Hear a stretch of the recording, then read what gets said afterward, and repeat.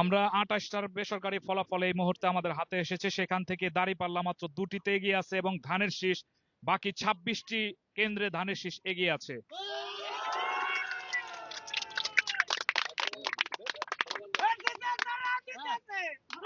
ভাই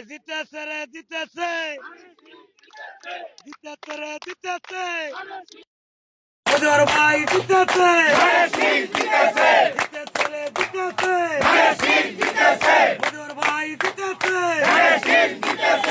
এক আসন জিতেছে,